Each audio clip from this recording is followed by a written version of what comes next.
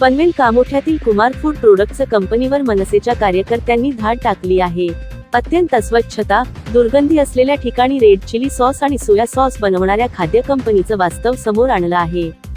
जनतेच्या आरोग्याशी खेळण्याचा प्रकार संबंधित कंपनीकडून सुरू आहे, त्यामुळे मनसेने याची अन्न आणि औषध प्रशासनाकडे तक्रार दाखल करण्यात आली आहे। कंपनीवर तात्काळ कारवाई करण्याची मागणी करण्यात आली आहे।